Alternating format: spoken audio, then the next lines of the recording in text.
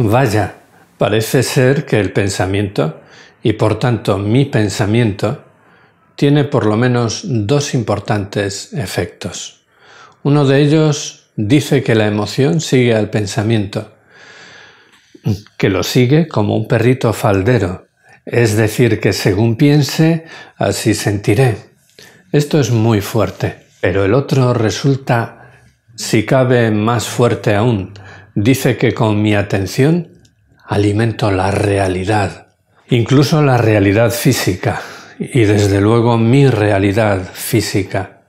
Si mi atención es la parte de la realidad que elijo percibir y cuánta dedicación pongo en ello, entonces hablamos de elegir. Un momento, ¿estamos hablando de elegir? El tercer principio dice que sí, y en esto se presenta taxativo, contundente. Dice, yo pienso siempre que quiero, en lo que quiero y como quiero. O lo que es lo mismo, sí, yo elijo mi vida. Estoy creando mi vida todos los días. Caramba, un gran poder lleva una gran responsabilidad. Stan Lee puso esta frase en una película del Hombre Araña, aunque no era suya, era de Franklin Delano Roosevelt. Pero esa no es la cuestión. La cuestión es si realmente yo estoy creando mi vida, porque eso sí que es un superpoder. Casi da miedo pensarlo. Si todo esto puede ser cierto, si tenemos el poder de dirigir este proceso, si de hecho lo dirigimos y lo elegimos, entonces, ¿qué hacemos? ¿Cómo se hace? ¿Hay un cómo?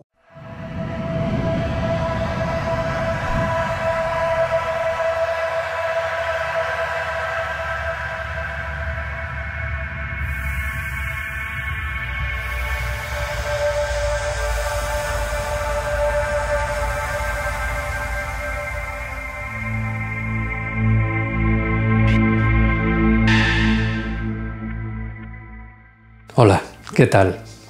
Esos tres que acabo de mencionar son los que yo llamo los principios básicos del trabajo consciente con el pensamiento. Es decir, los pilares sobre los que se fundamenta ese trabajo. Y lo son porque estos postulados, de ser ciertos, implican que tenemos por delante toda una gran tarea, una que a la mayoría nadie nos enseñó cómo hacer.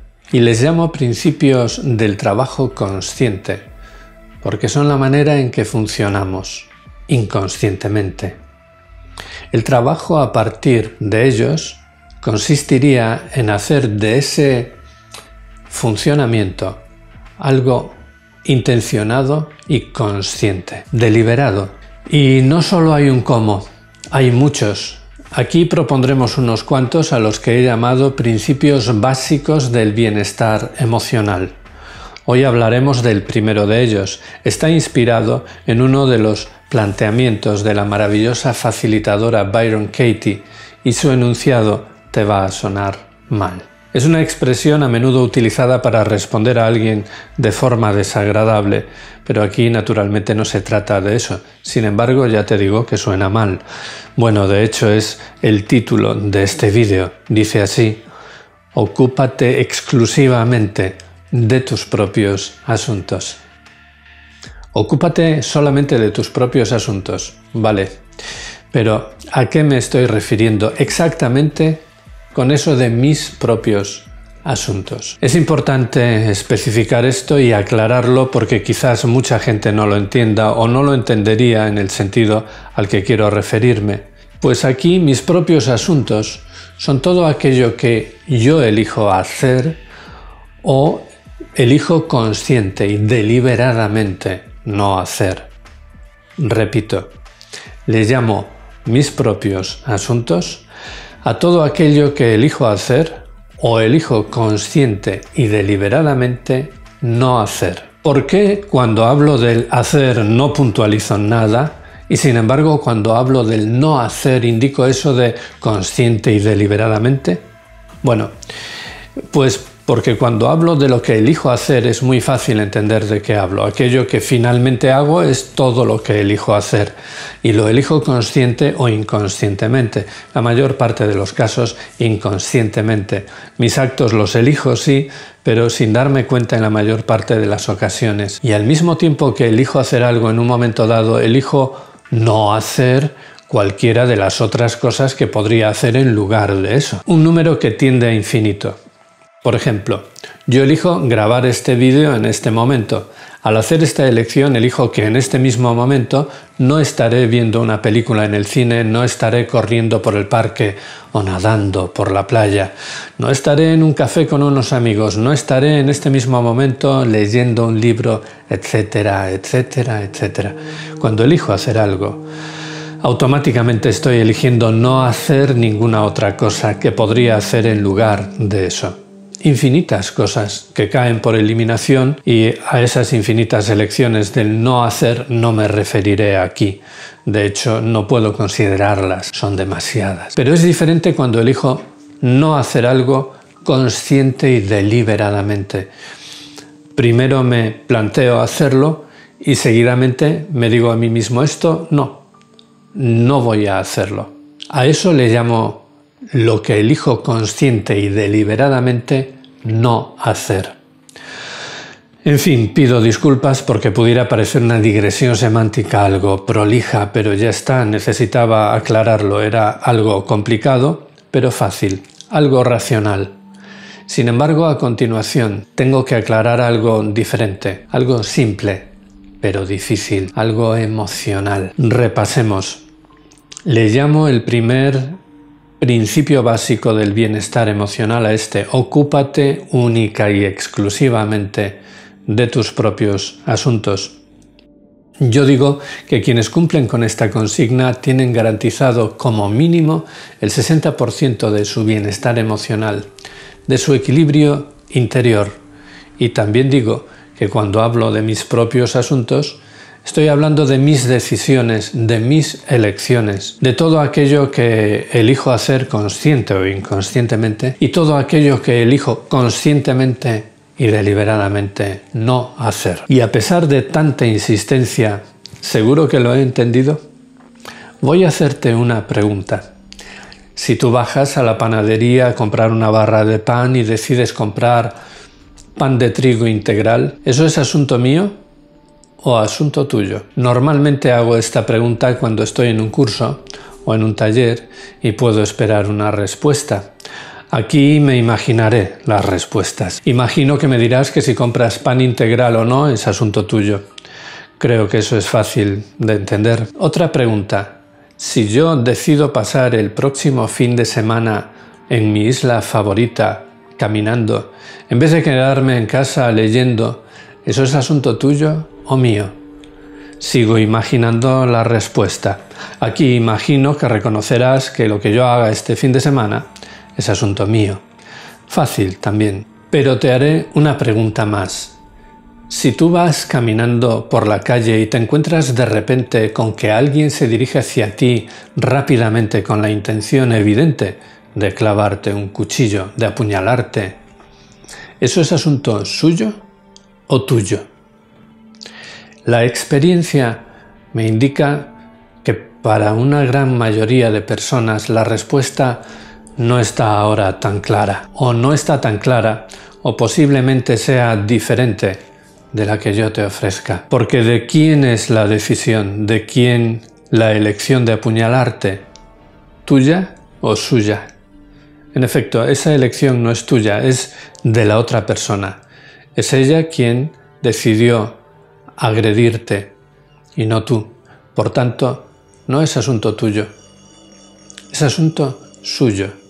Y aquí llegamos a la parte verdaderamente crucial de todo este entendimiento, de esta nueva comprensión. Porque muchos diréis, bueno, pero es que eso que está haciendo esa persona a mí me afecta. Y yo te preguntaré, ¿acaso es asunto mío a quien votes tú o decidas no votar en las próximas elecciones? Sin duda, a quien votes tú es asunto tuyo. Del mismo modo que a quien vote yo es asunto mío. ¿Y acaso no te afecta mi voto? Si yo voto en las próximas elecciones a un partido político concreto o a otro muy diferente, ¿eso no te afecta? Sí, sabemos que todos y cada uno de los votos afectará al resultado final. Y también sabemos que el resultado final afectará a nuestras vidas. De hecho, es para eso que se elige un gobierno, para que su gestión tenga una repercusión en nuestras vidas, en las de todos y cada uno de nosotros. Entonces, el que una decisión de alguien a mí me afecte no la convierte en asunto mío. Después yo elegiré qué hacer con eso. Lo que sí será asunto mío es si ante las intenciones del agresor salgo corriendo, ofrezco resistencia y peleo, trato de dialogar o voy tan distraído por la calle que me toma por sorpresa. Si tras recibir su puñalada pediré socorro, trataré de cerrarme la herida por mí mismo, buscarle con la intención de vengarme o denunciarle a la policía o tratar de olvidarlo, etc. Todo eso sí es asunto mío. Lo que yo elijo hacer o no hacer, pero la elección de agredirme o apuñalarme no es asunto mío, no es nada de lo que yo tenga que ocuparme. En un caso como ese, también sería asunto mío si elijo o no plantearme sacar, por ejemplo, una enseñanza del incidente. Elegiré cuestionarme si esa persona me conocía, de qué manera yo pude influir en su decisión, si yo creo que pude haberle ofrecido algún motivo poderoso para hacer lo que hizo, etc. Pero en esta parte, a pesar de ser interesante, no nos vamos a extender ahora. La cuestión es que no me toca a mí tomar la decisión de agredirme, ni a priori ni a posteriori. Pensar en por qué lo hizo, en si debería haberlo hecho o no, en si eso estuvo bien o mal, no es algo que me corresponda pensar a mí, sino a él, a la otra persona, al agresor. Porque cuando yo empleo mi tiempo en intentar decidir cuál debería ser la elección de otro, cuando dedico mi pensamiento a intentar elegir lo que otra persona debería hacer, decir o pensar, estoy intentando, y subrayo intentando, hacer una elección que no me corresponde a mí hacer y que nunca, por más que insista, podré hacer. Por eso subrayo intentando. Puedo intentar elegir por otro, pero no puedo, de hecho, elegir en lugar del otro. No, nunca podré. Cada uno toma sus propias decisiones. Y mientras desde mi mente yo me esfuerzo por decidir en lugar de otro, suceden varias cosas que paulatinamente, inexorablemente, destrozan mi vida. Primero, como de ninguna manera, nunca podré elegir por el otro, mientras mi mente lo intente, me estaré sintiendo frustrado, entre frustrado y profundamente frustrado. Segundo, mientras intento ocuparme de tus propios asuntos, estoy dejando los míos de lado. Seguiré en modo automático, viviendo mi vida por defecto, sin enterarme de ella, y mis decisiones y elecciones seguirán siendo inconscientes. Tercero, mientras intento ocuparme de tus asuntos, mientras intento decidir si lo que haces está bien o mal, te estoy juzgando. Y mientras te juzgo no te veo. Y mientras te juzgue no podré amarte. Siempre que te juzgo, que te enjuicio, estoy trazando líneas insalvables, líneas divisorias entre tú y yo. Cuarto, y en definitiva voy a sufrir, inmerso en mi propia pesadilla. Y es que esto es lo peor de la puñalada. Supongamos que tú me apuñalaste una vez. Me sentiré una víctima de tu injusticia o de tu locura, pero lo reviviré una y otra vez. Y me quejaré mucho de lo que me has hecho.